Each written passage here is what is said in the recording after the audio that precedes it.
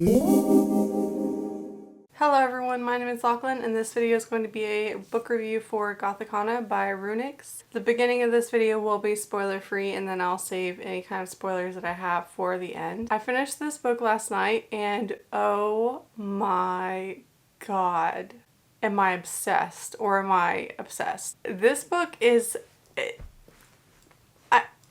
I honestly didn't expect to love it this much. I knew it was going to be my kind of vibe because I did know it had like a gothic setting and a school setting, and I love that kind of stuff. So I figured I would love it, but oh my god. Fuck me up. This book is so good. So this book follows Corvina Clem after being basically left alone. Her dad died at an early age and then something's happened to her mother. And one day she gets a letter from the University of Varenmore to attend this academy. It's like a boarding school, basically. It's like this academy that's on this mountain and it's in a castle. Super freaking atmospheric, super freaking gothic. Corvina was raised by her mother who had a lot of mental health issues. And so she didn't really socialize Corvina a lot.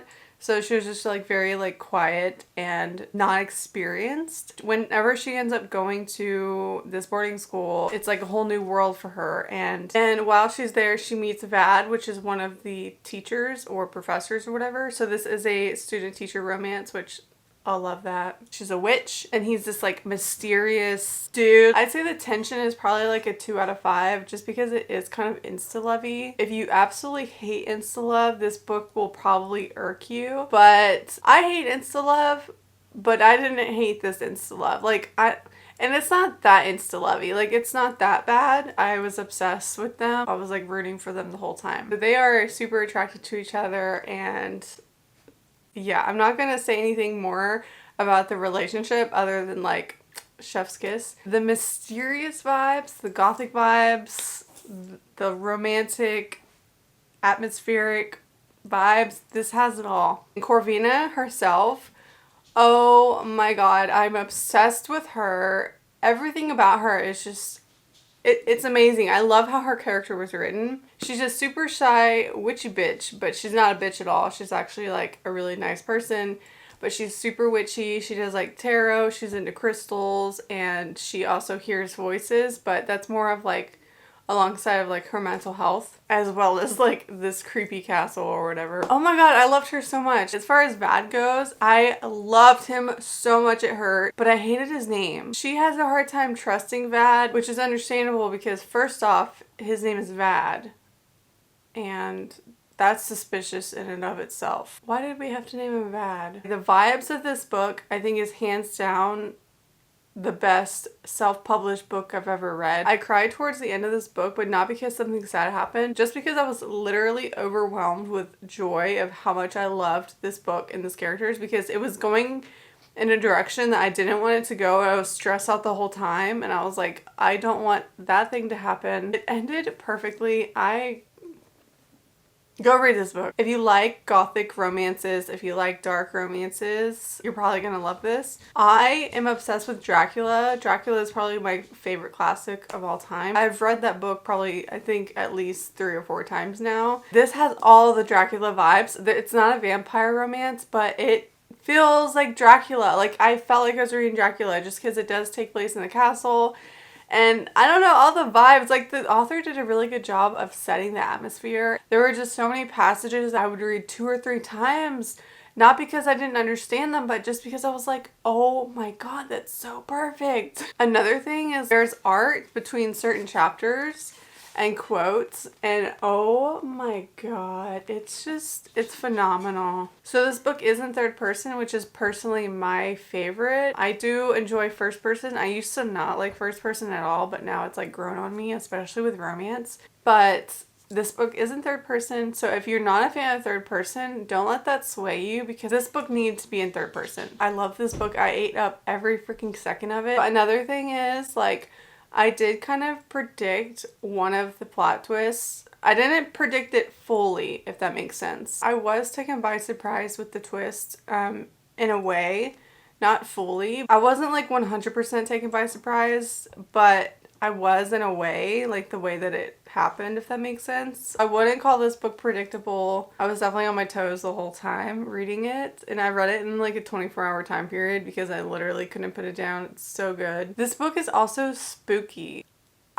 I felt like I underestimated how spooky it was going to be. It was spooky throughout. But whenever the plot twist happened, there was something else that happened that I literally almost like, I was like shitting my pants. I was like so creeped out and I literally screamed. It was just spooky. I was so spooked out. I don't know if it's because I was reading it at night or what, but the shit had me spooked. Just go read it, especially if you're looking for something spooky or gothic. 5 out of 5 stars for sure.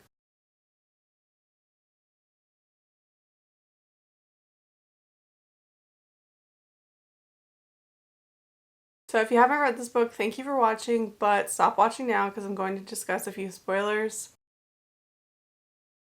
Halfway through this book, I was like, you know what? There has to be someone that betrays her, right? So is it Vad or who is it? Is it Jade? And so I kind of predicted who it was going to be, but I didn't predict the extent of it. I didn't predict that she was the one basically killing those people.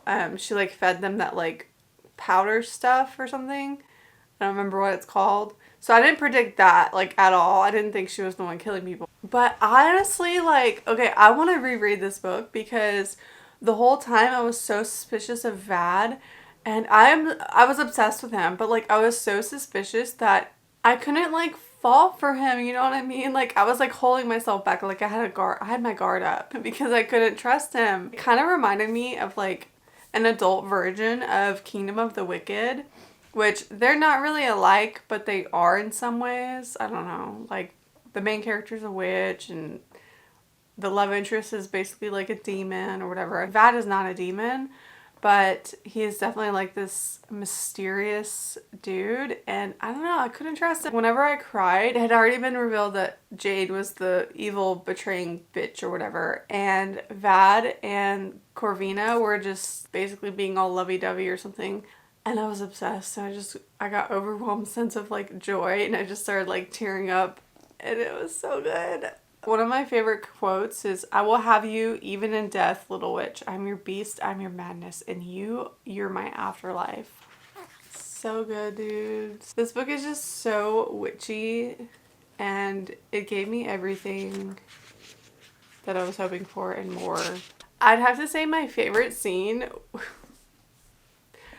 was when they were driving back from like running their errands down the mountain. They were coming back up the mountain and it was pouring down rain and they were in the car. And for one, like I was scared for their lives. But then when they like pulled over and